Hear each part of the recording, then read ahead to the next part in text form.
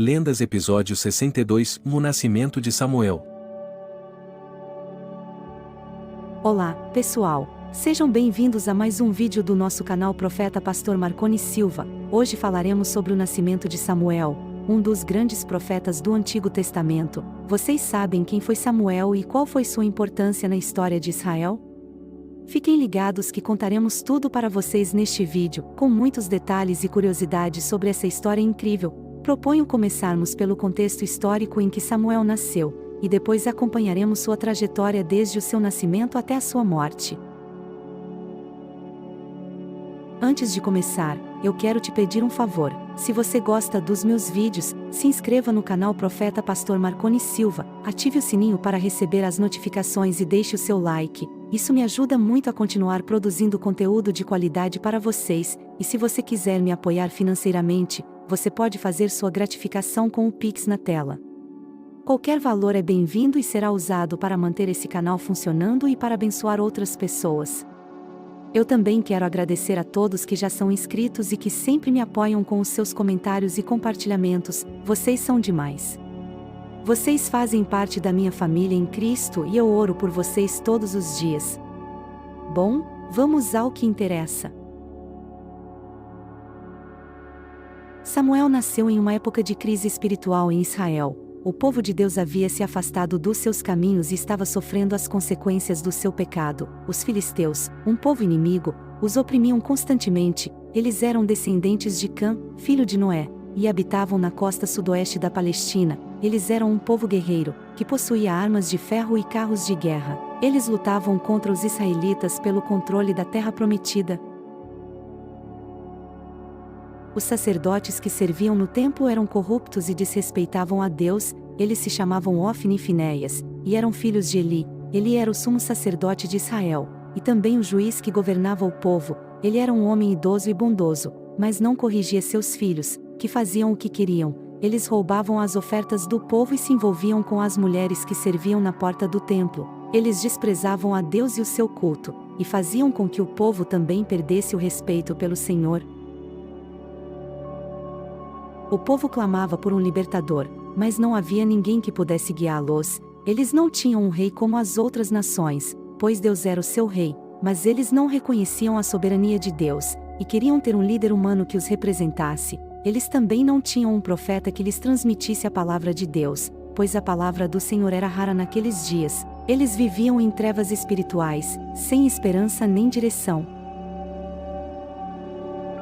Nesse contexto, conhecemos os pais de Samuel, Eucana e Ana. Eucana tinha duas esposas, Ana e Penina. Penina tinha filhos, mas Ana era estéril. Isso causava muita tristeza e angústia a Ana, que era humilhada por Penina devido à sua condição. Penina provocava Ana todos os anos. Quando iam ao templo adorar a Deus, ela dizia coisas como: "Onde estão os seus filhos? Você não é uma mulher completa. Deus não te ama nem te abençoa." Ela fazia isso para irritar Ana e fazê-la chorar. Eucana amava Ana e tentava consolá-la, mas ela não se conformava com sua situação. Ela queria muito ter um filho, pois naquela cultura, ter filhos era sinal de bênção e honra. Ela também queria cumprir o propósito de Deus para sua vida, pois sabia que Deus tinha um plano para ela e para seu filho. Ela orava constantemente a Deus pedindo um filho, e fez um voto ao Senhor. Ela prometeu que, se Deus lhe desse um filho, ela o dedicaria ao Senhor por toda a sua vida. Ela disse que não cortaria o cabelo do menino, como sinal de consagração a Deus. Esse era o mesmo voto que os nazireus faziam, como Sansão. Por exemplo, os nazireus eram pessoas que se separavam para Deus desde o nascimento, e seguiam algumas regras especiais, como não beber vinho, não tocar em cadáveres e não cortar o cabelo. Essas regras simbolizavam a pureza, a santidade e a dedicação a Deus. Ana queria que seu filho fosse um nazireu, pois ela sabia que ele seria usado por Deus poderosamente. Um dia, enquanto Ana estava no templo, orando em silêncio, o sacerdote Eli viu sua boca se mover, mas não ouviu sua voz. Ele pensou que ela estivesse bêbada e a repreendeu. Ele disse: "Até quando você ficará bêbada? Pare de beber vinho." 1 Samuel 1:14. Mas Ana explicou que estava derramando sua alma diante de Deus, e que não havia bebido vinho nem bebida forte. Ela contou sobre seu pedido e seu voto ao Senhor. Ela disse: Não julgue a sua serva como uma mulher perversa. Estou orando aqui até agora devido à minha grande angústia e tristeza. 1 Samuel 1, 16. Então Eli abençoou Ana e disse que Deus atenderia seu pedido. Ele disse: vá em paz, e que o Deus de Israel lhe conceda o que você pediu. 1 Samuel 1, 17. Ana ficou animada com essa palavra, e voltou para casa com seu marido. Ela parou de chorar e de ficar triste, e confiou na promessa de Deus. E assim aconteceu. Ana engravidou e deu à luz um menino, a quem chamou de Samuel, que significa Deus ouviu. Ela ficou muito feliz e agradeceu a Deus pela sua bondade. Ela disse: por este menino orava eu, e o Senhor me concedeu a petição que eu lhe fizera. 1 Samuel 1, 27. Quando Samuel cresceu um pouco, Ana o levou ao templo e o entregou a Eli, cumprindo sua promessa. Ela também cantou um belo hino de louvor a Deus, que está registrado em 1 Samuel 2, 1 ao 10. Nesse hino, ela exalta a soberania, a justiça e a misericórdia de Deus, que humilha os soberbos e exalta os humildes. Ela também profetiza sobre o futuro rei de Israel, que seria ungido por Deus. Ela diz: o Senhor é quem dá força ao seu rei, e ele exalta o poder do seu ungido. 1 Samuel 2, 10. Esse versículo se cumpriu na vida de Davi, que foi ungido por Samuel como rei de Israel, mas ele também aponta para Jesus Cristo, o verdadeiro rei de Israel e do mundo, o qual é o Filho de Deus e o Messias prometido. Samuel ficou no templo servindo a Deus sob a orientação de Eli. Ele usava um manto de linho fino e uma estola sacerdotal. A estola sacerdotal era uma faixa de tecido que os sacerdotes usavam sobre os ombros, para simbolizar sua autoridade e responsabilidade diante de Deus. O manto de linho fino era uma peça de roupa branca que cobria todo o corpo, para simbolizar a pureza e a santidade dos sacerdotes. Essas roupas mostravam que Samuel era um servo especial de Deus, separado para o seu ministério. Ele cresceu em estatura e graça diante de Deus e dos homens. Deus se revelou a ele desde cedo, chamando-o pelo nome e confiando-lhe sua palavra. A primeira vez que isso aconteceu foi quando Samuel ainda era criança. Ele estava dormindo no templo, quando ouviu uma voz chamando-o pelo nome. Ele pensou que fosse Eli, e foi até ele perguntar o que ele queria, mas Eli disse que não o havia chamado, e mandou-o voltar a dormir. Isso se repetiu 3 vezes, até que Eli percebeu ser Deus quem estava chamando Samuel. Então ele orientou Samuel a responder: fala, Senhor, porque o teu servo ouve. 1 Samuel 3, 9. E foi assim que Samuel começou a ouvir a voz de Deus e a transmitir sua mensagem ao povo. A primeira mensagem que Deus lhe confiou foi uma mensagem de juízo contra Eli e sua família, devido à corrupção dos seus filhos. Deus disse que iria punir os filhos de Eli com a morte, e que iria tirar o sacerdócio da sua família. Ele disse também que iria levantar um sacerdote fiel, que faria tudo o que ele quisesse. Samuel ficou com medo de contar essa mensagem terrível a Eli, mas Eli insistiu para que ele lhe contasse tudo o que havia ouvido de Deus. Samuel, então, relatou toda a mensagem, revelando a Eli o juízo que Deus pronunciara sobre ele e sua família.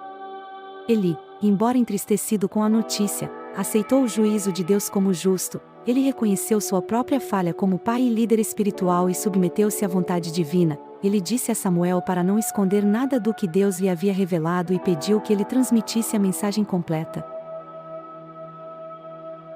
Assim, Samuel tornou-se o mensageiro de Deus, transmitindo suas palavras mesmo quando eram difíceis de serem ouvidas. Ele aprendeu desde cedo a obedecer e temer ao Senhor, e sua fidelidade ao transmitir a mensagem divina seria uma característica marcante de seu ministério ao longo de sua vida. Continuando, com a história de Samuel, veremos como ele se tornou um líder influente em Israel, guiando o povo de volta aos caminhos do Senhor e desempenhando um papel crucial na transição de Israel para um reino governado por reis humanos, culminando na unção de Saul e, posteriormente, de Davi como rei. A história de Samuel é uma narrativa poderosa de fé, obediência e serviço a Deus, desde o seu nascimento, marcado pela fé e pela promessa cumprida de Deus, até o seu papel como profeta e líder espiritual de Israel. Samuel personifica a devoção a Deus e a disposição para seguir os seus caminhos.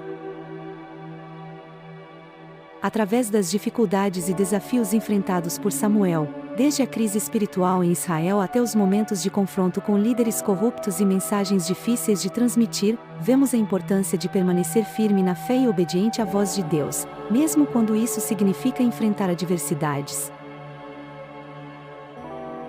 A história de Samuel nos inspira a buscar a vontade de Deus em nossas próprias vidas, a confiar em suas promessas mesmo diante das circunstâncias mais desafiadoras, e a sermos instrumentos de sua justiça e misericórdia onde quer que estejamos. Que possamos aprender com a vida de Samuel a importância da fidelidade a Deus, da coragem para enfrentar as dificuldades, e da confiança na sua orientação em todos os aspectos de nossas vidas, que assim como Samuel, possamos ser canais de bênção e transformação onde quer que sejamos chamados a servir.